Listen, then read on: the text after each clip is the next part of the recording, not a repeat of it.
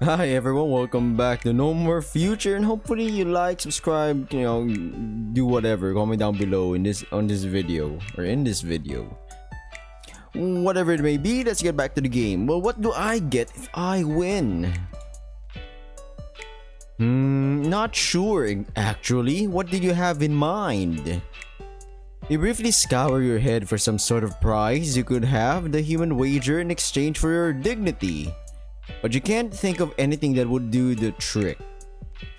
It's tough to say. There's not really a whole lot I need anymore now that I'm a synthetic. After some time spent thinking, however, you do recall something you could ask of the lady before you. You did make a promise to them about it yesterday. Might as well try and fulfill it now that you have the chance. There is one question I wanted to ask though. Just one question, that's it? It's not like private stuff, right? No, of course not. The girl thinks about her request for a moment, then merely crosses her arms as she calmly replies. Well, I guess you could get that out of the way now then. Really? You sure? Yeah, a question isn't worth betting on, unless it's embarrassing or something. You can't help but smile at the woman's kindness, knowing that you won't have to wait for another day to ask this. I know what Isaac's gonna ask, everybody. Daphne, are you single? Well, alright then, thanks for that. So I assume you already know my friend Nem somewhat. Yeah? I was just wondering what you thought about him. The girl raised an eyebrow at your query, unsure where you're going with this.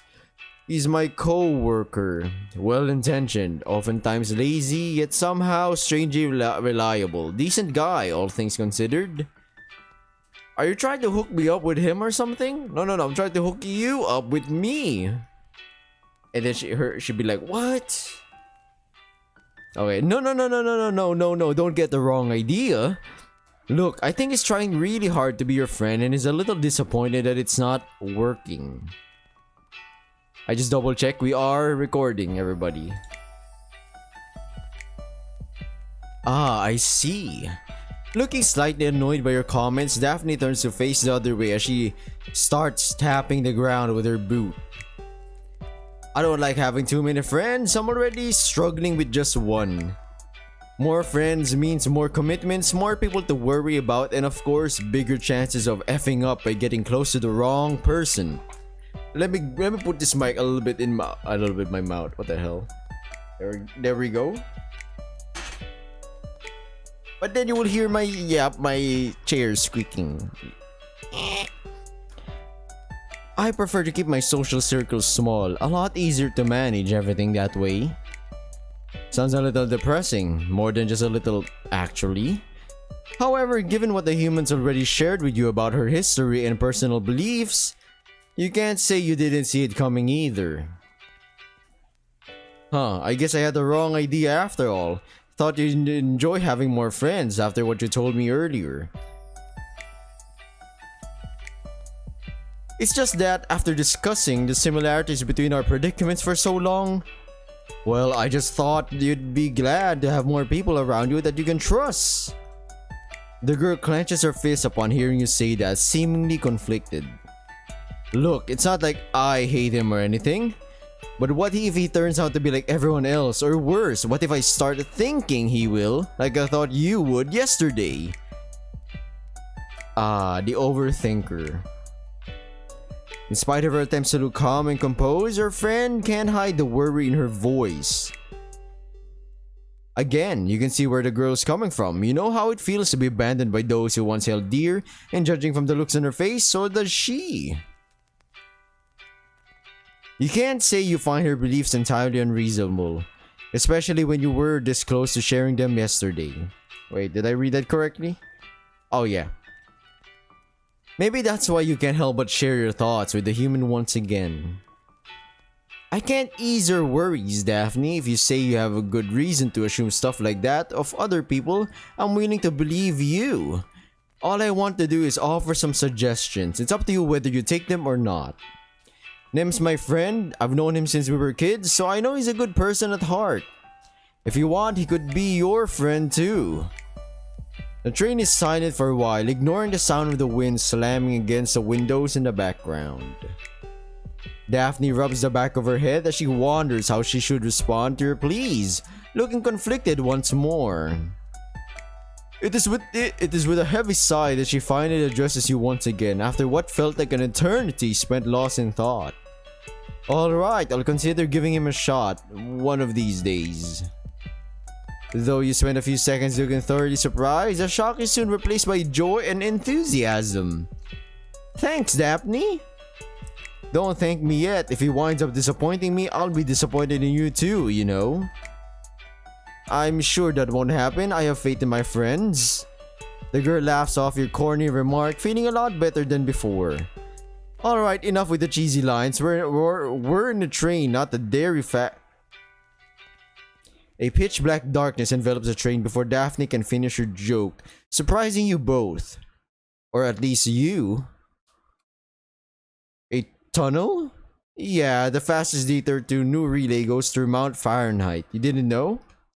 I didn't know. It's my first time not using the fastest route to get to Pandora.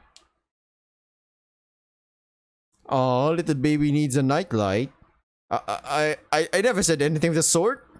More chuckling from the human. As much as it annoys you to hear it, you really ought to stop looking so surprised by every little change you didn't see coming. Well, cheer up. Should only take a few minutes before we're back in the sunlight again. Until then, we can just... Well. Would you look at that? I've been looking all over for you, pretty girl. Who the hell is this guy? Look, Daphne, maybe we should... Oh, what's happening? The hell do you want, asshole? Daphne? I'm glad you asked. A gun? I think you'll be coming with me now, pretty girl. I think you'll be... Oh wait, unless you want me to paint your friend back there with your brains. Wouldn't want to do anything stupid now, would we? As a matter of fact, I would. Huh? You think a gun is enough to scare me? You're in the middle of a fucking train, idiot. I dare you to do it. Unless you're nothing more than a coward. You. Don't fucking push me, you brat. I'll fucking kill you if you... Why shouldn't I? You have nothing to threaten me with. Possession of a firearm is 20 years in prison. Shooting one is enough for a permanent stay. So what? You think I'm scared of you? If you don't hand over what you owe us, I will kill you. You think I can do that from here? You're an even bigger idiot than I thought. Maybe your superiors would have told you. Had they known you were about to try something so stupid all by yourself. Ugh. Alright, asshole, you're asking for it. If you're not gonna cooperate, maybe your friend over there will. Wrong move.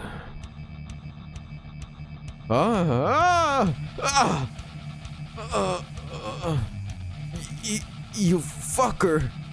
You'll pay for that, you.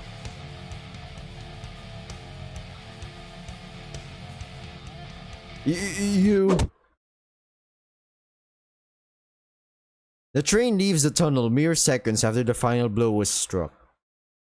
Wait a minute, that would mean the thing that we saw back then was Daphne? Daphne towers over the unconscious body of her would-be assailant, whose utterly terrorized expression is still visible even while knocked out. As for you, you're right where you were when this whole mess started, staring at your friend from a respectable distance away, a mixture of awe and shock on your face. Oh, what just happened? I dealt with him, plain and simple. The human's voice sounds utterly emotionless and even robotic as she calmly replies to her rhetorical query. I can see that! You knocked that guy out faster than I could see it. Instead of replying, Daphne merely turns to face the unconscious thug on the floor with strange, dead, serious eyes. It's almost creepy in a way, seeing her like that.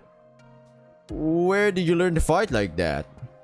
Video games? Right. You sure that's it? You have a hard time imagining that to be the whole story. You've been playing alongside Nem ever since you were kids, and neither of you would be able to hold their own in a fight like Daphne did. Her movements were fast, precise, calculated in advance, and when she stomped on his head with her boot near the end of the fight, it probably hurt like a truck. She's definitely no stranger to combat, that's for sure. Did someone teach you how to fight like that? No. Oh wait, no. Okay. That's incredible. You're really self-taught. More or less. Her answers are suddenly much briefer than usual, but they also seem more honest, at least for the most part. I assume this wasn't the first time you've been in a fight. It isn't? Though you're relieved in a way that your friend's not hiding away from your queries for once, you'd be lying if you didn't find this whole thing tremendously disturbing. The total lack of emotion on her face and in her voice as she replies is concerning, to say the least. And her gaze is still transfixed into the guy on the floor. You quietly approach your friend, making sure that she can see you all the way through so as not to scare her. Daphne, are you alright? As soon as you lay your hand on her shoulder, her entire predisposition seems to change all at once. Her body quickly begins to relax as she suddenly turns to face you, looking a little confused as she does. Of course I am. Why do you ask?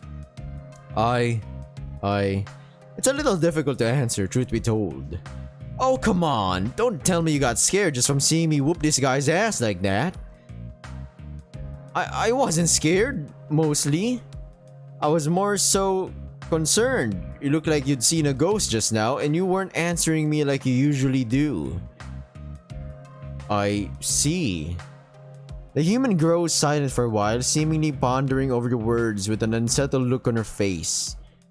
Well, I'm really sorry for worrying you then. It wasn't my intention. I guess you could say my mind was still in the fight. I couldn't stop thinking about it. You were thinking about the fight you just had. You suppose that's not too strange, all things considered? It must have been the adrenaline or something like that keeping you alert. I still can't believe that just happened. Everything was happening so fast I couldn't get a grip. I should have tried to help you out somehow. It's a miracle you didn't end up dying because of me. You already helped out enough by not doing anything. I did? Yeah, that guy wasn't after my life, he was after my money. And nobody will risk living an entire lifetime behind bars for the sake of money they can't even have. Now what in the world could she mean by that? The only way something bad could have happened would have been for him to press the trigger accidentally through shock or surprise. You also provided a perfect target for him to shift his attention to once he realized he had to leverage. Were you not a steel-clad android, I might have hesitated before trying to disarm him. Oh, sorry. I see. Daphne's mind is sharper and more ruthless than you could have ever guessed. You've never met anyone who could think this coldly about a situation as tense as this. Much less face the end of a gun as bravely and emotionlessly as she did. Makes you wonder whether you really are the machine between you. Makes you wonder whether you really are the machine between you two. Anyway, I guess this proves it. Huh? What are you talking about? What I said the other day about how this is my problem to handle. As you can see, I can handle myself just fine without your help. You don't need to worry about me or anyone else. You take that as a confirmation that this thug was indeed connected to those three you fought off the other day? You were planning on asking about that, but it looks like that won't be necessary. Needless to say, knowing that makes it a little bit harder to have confidence in your friend's bravado. I don't think that's the moral you're supposed to learn from all this mess. Are you sure you're gonna be fine keeping all that stuff bottled up inside you, even when there are little assassins coming after you? Not to mention how illegal it is for you to be fighting back on your own to begin with. It's not illegal if you don't get caught. You figuratively raise an eyebrow at the human whose serious look even in the midst of a jest makes it clear that your concerns don't matter in the slightest. In spite of that, you try your best to insist. I know that you're joking, but look, I appreciate that you want to help out and everything. But this is not your battle to fight. It's mine. I told you I'd take care of everything the last time we talked about this, and I don't easily go back on my words. Maybe you should. You hear someone's voice speaking from within the carriage, much to the shock of both you and your friend. At first you think it's the would-be thieves, but a quick stomp on Daphne's behalf reveals that he remains unconscious for now. Given that there's no one left around you that could be responsible for that, you let your gaze wander over to the other side of the carriage. Horse carriage. And what you find leaves you thoroughly speechless. You'd almost forgotten about that thing by now. It's only been 2 days since your first encounter, yet so much has happened in this brief span of time. And now here it lies again, a humanoid being of pure darkness, staring at you from 10 feet away with eyes tinged blood red. It's been a while. Its voice is the same as you recall, vaguely human with a timbre somewhere between a whisper and a nightmare. A whisper. It's been a while. You have to take a step back from the creature, overtaken with surprise and fear as you are. Damn, what a badass, Daphne. While Daphne takes one forward, a strangely defiant look on her face. What do you want now? You have to do a double take as you try to process what she just said. You know that thing? The girl immediately turns to face you, her newfound surprise mixing with her anger. Shouldn't I be asking that? Hey, I asked first. The entity shoots a disappointed gaze in your direction. Good grief, children. Before either you or Daphne can mutter a reply of any kind, the creature speaks again.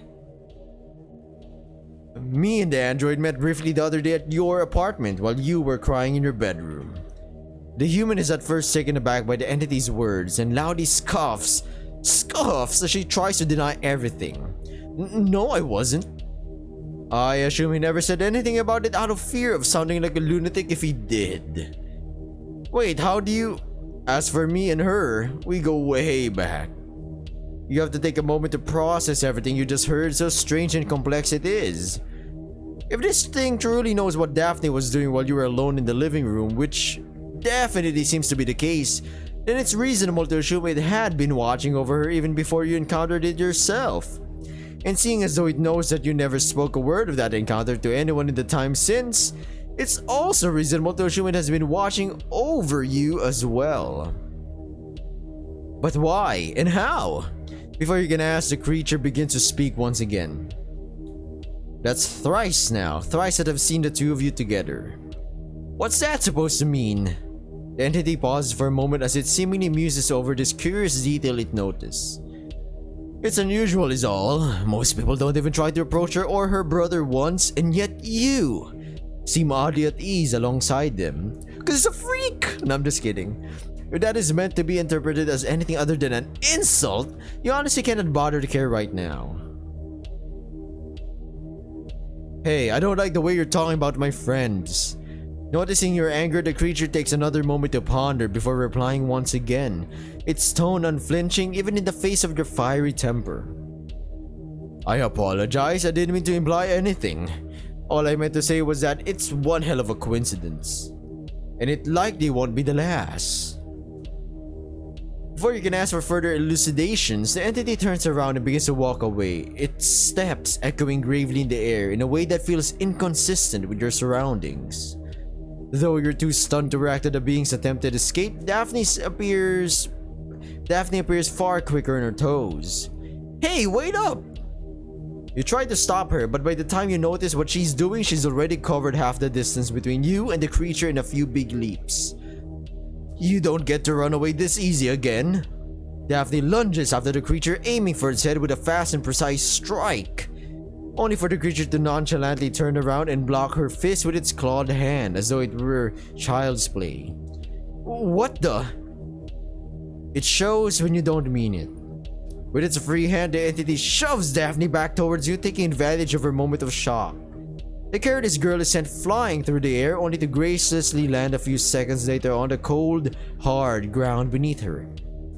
Though she tries to get back up and continue the fight, a mere glare from the creature is enough to convince her to stay put. You can't rely on old crutches forever. If you want to be ready for what's coming, you'll need something stronger. But what's coming? DKA Cummings? No, I'm just kidding. Having seemingly said all it needed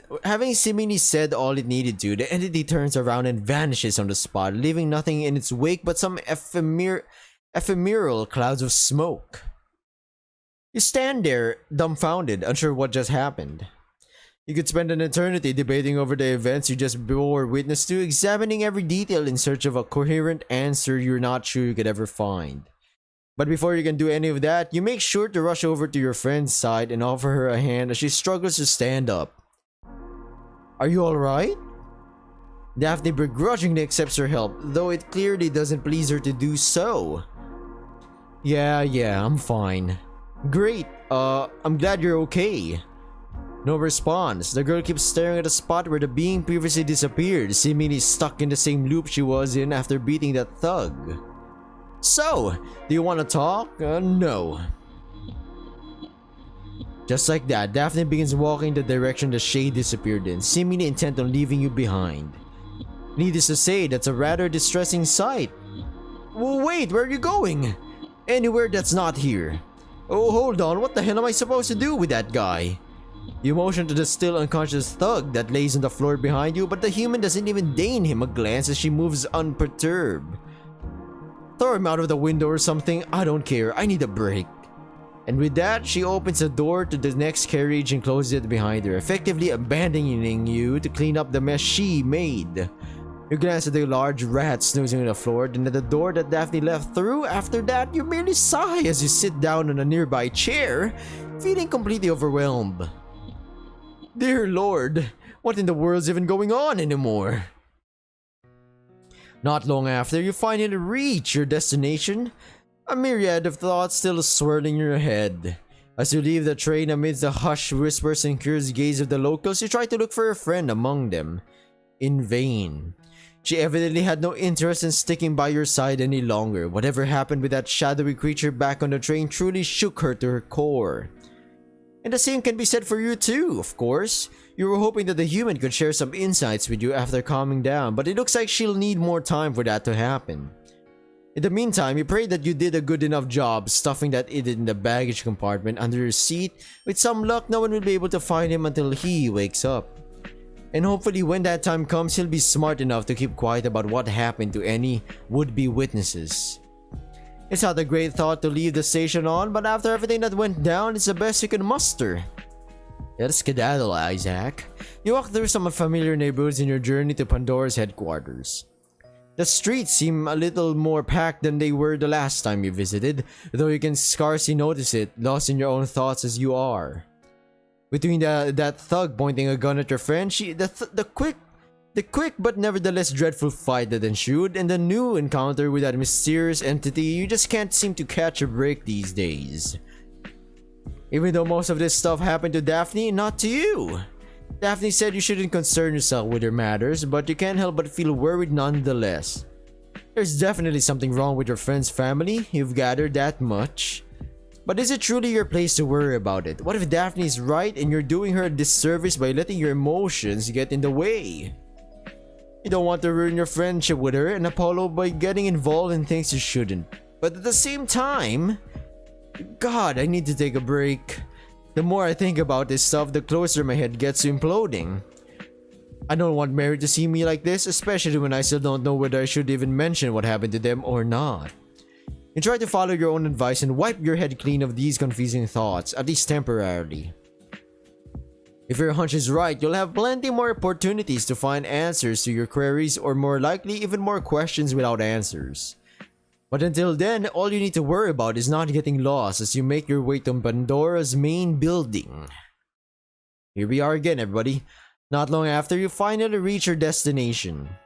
After everything that transpired earlier, the emblem that rests above the entrance of the building can't help but feel even scarier than usual. Maybe you're just easily impressed is all, or easily scared. Come to think of it, what is Pandora even supposed to mean? Is it the name of the founder or something? They've been around for a century or so, yet there's so much even I still don't know about them. Hopefully Mary will be able to answer some of your questions when you meet her in just a few. When you enter the building, you're immediately greeted by the vast and orderly main lobby. It's basically a big reception area full of secretaries hard at work behind their desks and not much else. Your stays in this place have always been brief, but you have a feeling that today might be a little different. You make your way to the main desk, where a petite female blue jay in formal clothes and glasses happily welcomes you. Ah, there you are. I was told you'd visit us today. Yup, here I am. I apologize if I'm a little late. Nonsense, dear. Mary said you were free to come at any time. She was very clear with me about that. Speaking of, I'll be sure to notify her of your arrival right away. Well, alright then. That works for me. Is it fine if I sit down somewhere while I wait? Of course, dear. Go right ahead. Encouraged by the young woman, you turn to look at the rest of the room. The lobby's full of people busy chatting amongst one another or working on their tablets or pads. However, judging by their very formal attire, they don't seem to be part of the staff. They're visitors of some sort, though to what end you can't say.